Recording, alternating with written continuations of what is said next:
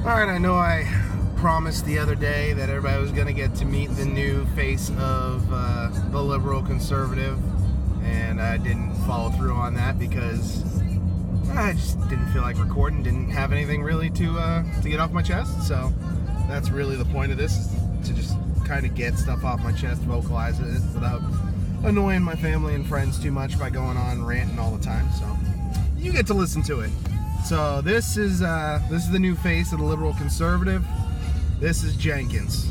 Jenkins will now be your on-air personality and direct all complaints, questions, concerns, and counter-arguments to Jenkins, because he will be replying to comments. Alright, so today, hopefully the music's not too loud, but I wanted to have a little bit of tunes. I'm in kind of an oldies mood.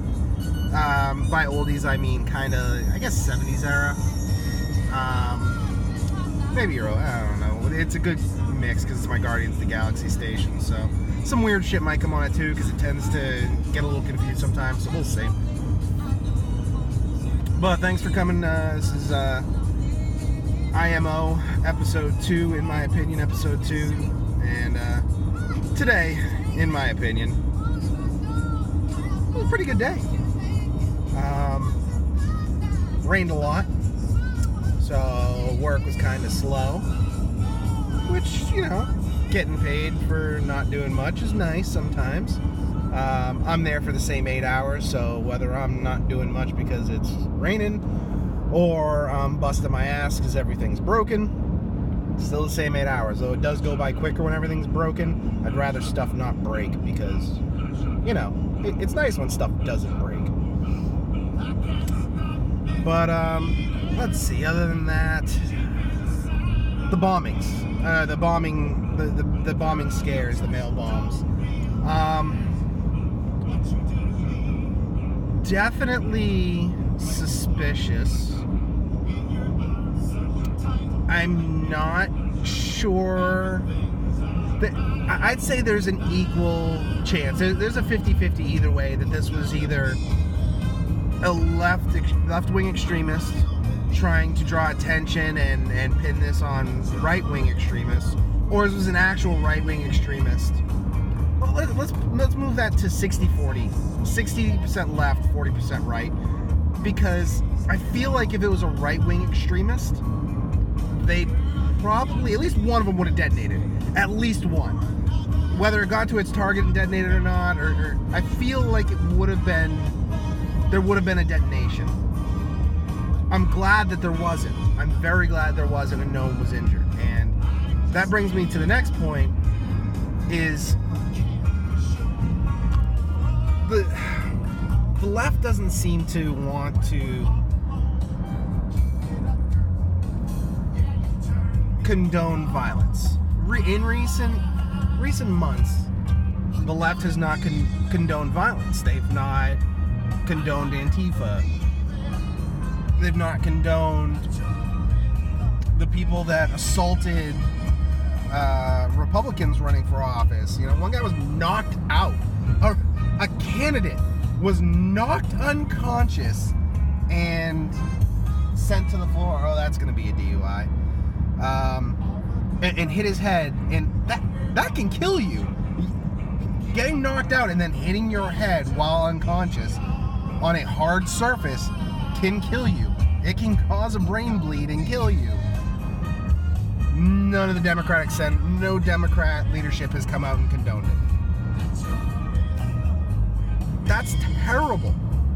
And I'm not saying that they are directly responsible for the violence, because they never, you know, they don't come out and say, you know, go to restaurants and punch people. But they are condoning incivility and promoting incivility. And that is just, look, I'm all about free speech. And it's not against free speech to promote incivility. Because the type of incivility they're talking about is protests and civil unrest, civil disobedience and stuff like that. And I understand that. But extremists don't, and they take that shit literally. So, and this is not just left. Like, Trump says, don't get me wrong, the right says it's fair of inflammatory rhetoric. That I wish they wouldn't. I wish the right would be better. However, in this case, Trump has, like, came out and said, violence is wrong, this is not American, don't do this. And the left is still like, oh no, Trump, he didn't mean it. What do you mean he didn't mean it? Yes, he meant it. He didn't mean it. Are you fucking kidding me? And I don't know if this will have an effect on the midterms. The midterms are approaching, and I think that the left is kind of panicking. Like, the blue wave talk for the last couple months has been huge, and now they're dialing it back like, oh, it's going to be a close race. You know, that's like, really? That's pretty sure you were about it not too long ago. So if any good thing comes out of these mail bombing or mail bombs being sent, there were a couple of good things. There were a couple of good things. One, first of all, no one was hurt. Great, outstanding, that's awesome. Two, Trump actually dialed it back and came for a little bit. Came out and said that, you know, the violence is wrong. Do not do this. This is not the America that we want. This is not the America we live in. This is not okay. And then, you know, CNN said some dumb shit, and Trump said they started going back at each other with the gloves again. They started just punching each other again. So that's, you know, that's Trump and that's CNN. But and then the third thing, and we'll see how this goes. But you know, maybe Hillary Clinton regrets her comments about incivility. You know, a couple weeks ago, like 2 weeks ago or a month ago, or something, less than that, like 15 days, Hillary made comments that the incivility will continue and should continue until the Democrats take back the House and or Senate. I was like, the incivility is why you're losing. The left's talking about, oh, no more political correctness, this and that and the other thing. I don't think they know what political correctness actually is. Like, they don't understand the definition of political correctness. The definition of political correctness isn't being a hard ass or cursing or, you know, using words. Political correctness is their base. Identity politics is political correctness. You know, they just don't get it. There's nothing that you can tell them. I wish the Democrats would be better. I really do. Because look at the world we live in. Look at America right now. Capitalism, free market. Competition is a good thing for the consumer. We, the constituency of politicians, are the consumers. We are the consumers of their policy. When there is good competition, it makes for better politicians and better policy.